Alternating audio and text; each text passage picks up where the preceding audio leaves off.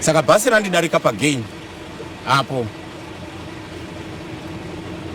ndokubva ndaridzurira richingoti fambei papana ticha vandinoziva vari parodhi apa ndobva ndamba vamhorosa ndokutosiya vachitopinda mubhasi.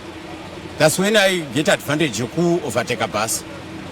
Saka ndazova nechepadhuze apo pane tarakita rakamira pasera ndo pazondo overtakera bus.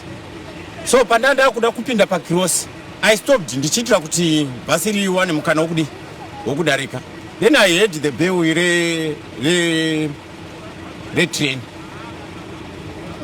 ichipinda. The bus rangoita stop rolling. The bus didn't stop. Rangoita stop rolling. The train haina kupa notice iri away. Because ningada ndanzwa bera re train. Bera re train ratozorira akutoona basi riri across njanji.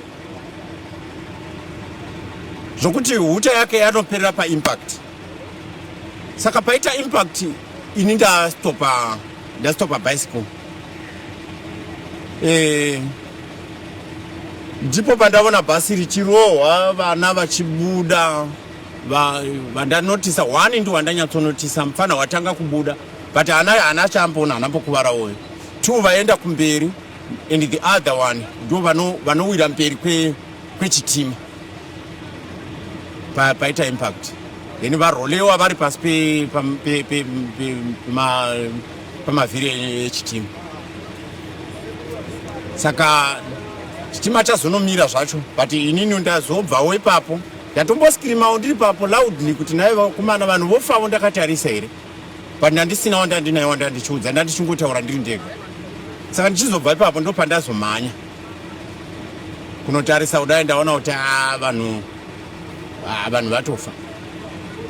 Vamwe vangu vachiskirimawo ndo pandatotanga kubatsirawo vanhu zvina munotoona iri pahembe ndichitovhomorawo vamwe ndichimutsawo vamwe ndichimudzawo ndichiisapo vanga vachikwanisawo kufamba asi vachida kudonha ndichivabata kuti vasadonha ndichingovaradzika-radzikawo vanhu ndopasa vatozotanga kuwandawandawo ndo chimiro chandaona chiri pasini.